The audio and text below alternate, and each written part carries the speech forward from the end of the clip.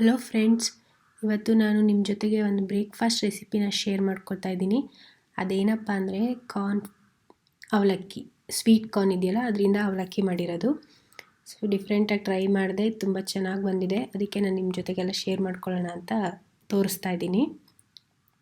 ಇದಕ್ಕೆ ಇಂಗ್ರೀಡಿಯೆಂಟ್ಸ್ ಏನೇನು ಬೇಕು ಅಂತ ನಾನು ಡಿಸ್ಕ್ರಿಪ್ಷನ್ ಬಾಕ್ಸಲ್ಲಿ ಕೊಟ್ಟಿದ್ದೀನಿ, ನೀವು ಅಲ್ಲಿ ಹೋಗಿ ಚೆಕ್ ಮಾಡ್ಕೊಬೋದು. ಬನ್ನಿ ಆಗಿದ್ದರೆ ಹೇಗೆ ಮಾಡೋದು ಅಂತ ನೋಡೋಣ. ಒಂದು ಪ್ಯಾನ್ ತಗೊಳ್ಳಿ, ಅದರಲ್ಲಿ 2 to 3 table spoon of oil ಹಾಕಿ,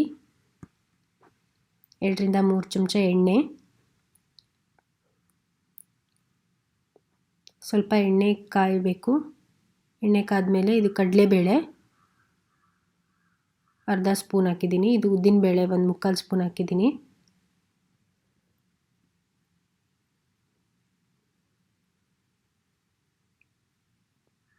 ಇವಾಗ 1/4 ಚಮಚ ಸಾಸಿವೆ ಹಾಕಿದ್ದೀನಿ,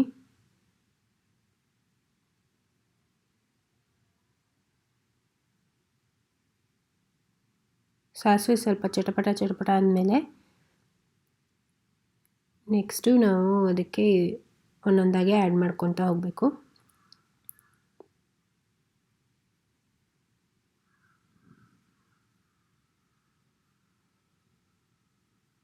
ನೋಡಿ, ಇವಾಗ ನಾನು ಹಸಿಮೆಣಸಿನ್ಕಾಯಿ ಹಾಕ್ತಾಯಿದ್ದೀನಿ.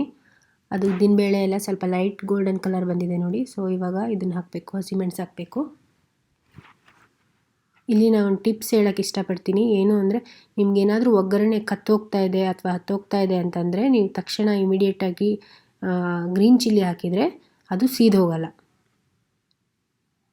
ನಾನು ತುಂಬ ಸಲನೇ ಟ್ರೈ ಮಾಡಿದ್ದೀನಿ, ಇದು ವರ್ಕ್ ಆಗುತ್ತೆ. ನೀವು ಕೂಡ ಟ್ರೈ ಮಾಡಿ ನೋಡಿ. ನಾನಿವಾಗ ಕರಿ ಲೀವ್ಸ್ ಆ್ಯಡ್ ಮಾಡ್ತಾಯಿದ್ದೀನಿ, ಕರಿಬೇವಿನ ಸೊಪ್ಪು. ನಾನು ಸ್ವಲ್ಪ ವಾಶ್ ಮಾಡಿಬಿಟ್ಟು ಹಾಕಿದ್ದೀನಿ, ಅದಕ್ಕೆ ಚಟಪಟ ಅಂತ ಸಿಡಿತಾ ಇದೆ.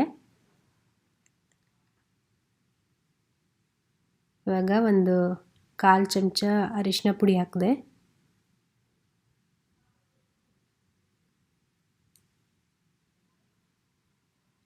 ಒಂದು ಕಪ್ ಆನಿಯನ್ ತೊಗೊಂಡಿದ್ದೀನಿ, ಕಟ್ ಮಾಡಿಬಿಟ್ಟು ಅದನ್ನು ಹಾಕ್ತಾಯಿದ್ದೀನಿ.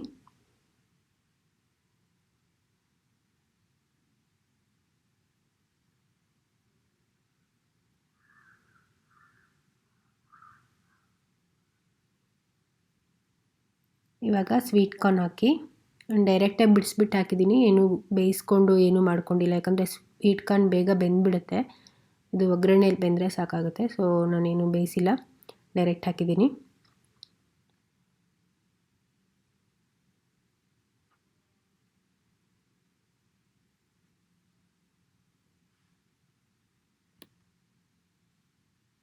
ಇವಾಗ ಸ್ವಲ್ಪ ಸಾಲ್ಟ್ ಹಾಕ್ತೀನಿ, ಅದು ಬೇಗ ಬೇಯುತ್ತೆ ಆನಿಯನ್ನು ಮತ್ತು ಕಾರ್ನು. ಅದಕ್ಕೆ ಸ್ವಲ್ಪ ಸಾಲ್ಟ್ ಹಾಕ್ಬಿಟ್ಟು ಒಂದು ನಿಮಿಷ ಸಾಕಾಗುತ್ತೆ. 1 ನಿಮಿಷ ಹಿಂಗೆ ಫ್ರೈ ಮಾಡಿಬಿಡಿ, ಅದು ಚೆನ್ನಾಗಿ ಬೇಯುತ್ತೆ. ನೋಡಿ, ಇವಾಗ ಆಗಿದೆ, ಚೆನ್ನಾಗಿ ಬೆಂದಿದೆ.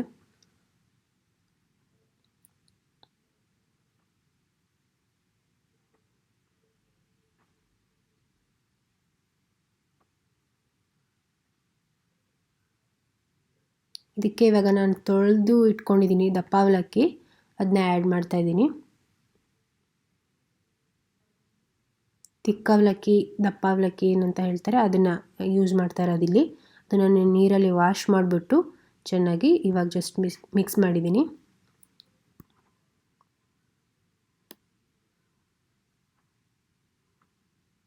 ಆವಾಗ ಸ್ವಲ್ಪ ಸಾಲ್ಟ್ ಹಾಕಿದ್ದೆ, ಆನಿಯನ್ ಮತ್ತು ಕಾರ್ನ್ ಬೇಯಲಿ ಅಂತ. ಇವಾಗ ಎಷ್ಟು ಉಪ್ಪು ಬೇಕಾಗುತ್ತೋ ರುಚಿಗೆ ತಕ್ಕಷ್ಟು ಅದನ್ನು ಆ್ಯಡ್ ಮಾಡ್ತಾಯಿದ್ದೀನಿ. 1 ಸ್ಪೂನು ಲೆಮನ್ ಜ್ಯೂಸ್, ನಿಂಬೆಹಣ್ಣಿನ ರಸ ಹಾಕಿದೆ.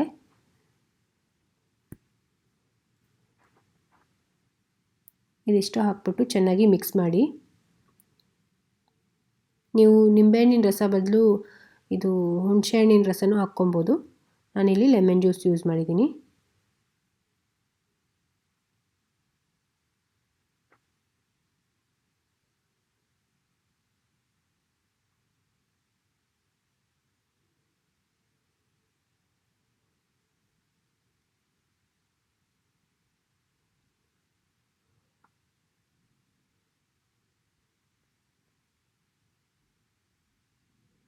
ಇವಾಗ ನಾನು ಇದಕ್ಕೆ 1 ಟೇಬಲ್ ಸ್ಪೂನು ಶುಗರ್ ಆ್ಯಡ್ ಮಾಡ್ತಾಯಿದ್ದೀನಿ. ಇದು ಆಪ್ಷನಲ್ಲು, ನೀವು ಬೇಕಿದ್ದರೆ ಆ್ಯಡ್ ಮಾಡ್ಕೊಬೋದು.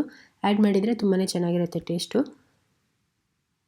ಇಷ್ಟ ಆಗಲ್ಲ, ಸಕ್ಕರೆ ಯೂಸ್ ಮಾಡಲ್ಲ ಅನ್ನೋರು ಇದನ್ನು ಸ್ಕಿಪ್ ಕೂಡ ಮಾಡ್ಬೋದು, ತೊಂದರೆ ಇಲ್ಲ.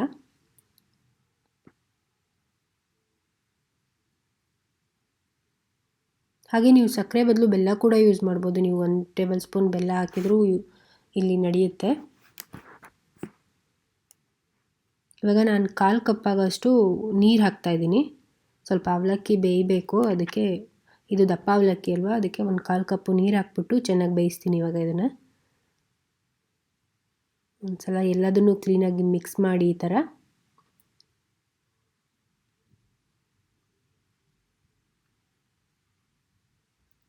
ಈವನಾಗಿ ಸ್ಪ್ರೆಡ್ ಮಾಡಿಬಿಟ್ಟು ಎಲ್ಲ ಕಡೆ 1 ನಿಮಿಷ ಹಾಗೆ ಬಿಡಿ. ಅದು ಚೆನ್ನಾಗಿ ಬೇಯುತ್ತೆ, ಕುಕ್ ಆಗುತ್ತೆ. ವಾಟರ್ ಹಾಕಿದ್ದೀನಲ್ಲ, ಇವಾಗ ಚೆನ್ನಾಗಿ ಬೇಯುತ್ತೆ. ಅದು ನೋಡಿ ಚೆನ್ನಾಗಿ ಬೆಂದಿದೆ.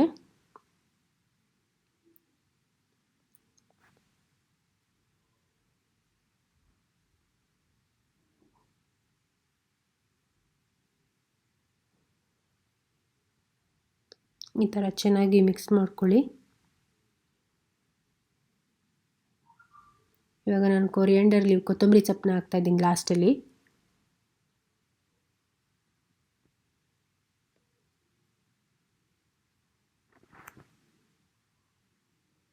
ಸ್ಟವ್ ಆಫ್ ಮಾಡ್ತಾಯಿದ್ದೀನಿ. ಇವಾಗ ಇದು ರೆಡಿಯಾಗಿದೆ ನೋಡಿ, ಎಷ್ಟು ಚೆನ್ನಾಗಿದೆ. ಬಿಸಿ ಬಿಸಿ ಅವಲಕ್ಕಿ ರೆಡಿಯಾಗಿದೆ. ಒಂದು 5 to 10 ಮಿನಿಟ್ಸಲ್ಲಿ ರೆಡಿಯಾಗಿ ಹೋಗುತ್ತೆ. ಖಂಡಿತ ನೀವು ಕೂಡ ಮನೇಲಿ ಟ್ರೈ ಮಾಡ್ತೀರಾ ಅಂದ್ಕೊಂಡಿದ್ದೀನಿ. ತುಂಬ ಡಿಫ್ರೆಂಟಾಗಿದೆ. ಏನಪ್ಪ ಬ್ರೇಕ್ಫಾಸ್ಟ್ ಮಾಡಬೇಕು ಅಂತ ಎಲ್ಲರಿಗೂ ಅದೇ ಚಿಂತೆ ಆಗಿರುತ್ತೆ ಯೂಶ್ವಲಾಗಿ ಲೇಡೀಸ್ಗೆ. ಅಂಥವರು ಇದನ್ನು ಟ್ರೈ ಮಾಡ್ಬೋದು. ತುಂಬಾ ಡಿಫ್ರೆಂಟಾಗಿದೆ ರೆಸಿಪಿ. ನೀವು ಫಸ್ಟ್ ಟೈಮ್ ನನ್ನ ವೀಡಿಯೋ ನೋಡ್ತಾ ಇದ್ದರೆ ನನ್ನ ಚಾನಲ್ಗೆ ಸಬ್ಸ್ಕ್ರೈಬ್ ಆಗಿ, ಹಾಗೆ ಬೆಲ್ ಬಟನ್ ಕೂಡ ಪ್ರೆಸ್ ಮಾಡಿ. ನೆಕ್ಸ್ಟ್ ನಾನು ಏನೇ ವೀಡಿಯೋ ಅಪ್ಲೋಡ್ ಮಾಡಿದ್ರು ನಿಮಗೆ ನೋಟಿಫಿಕೇಷನ್ ಬರುತ್ತೆ. ಹಾಗೆ ನಾನು ಮತ್ತೆ ನೆಕ್ಸ್ಟ್ ಒಂದು ಡಿಫ್ರೆಂಟಾಗಿರೋ ರೆಸಿಪಿಯೊಂದಿಗೆ ಮತ್ತೆ ನಿಮಗೆ ಸಿಗ್ತೀನಿ. Until then bye, take care.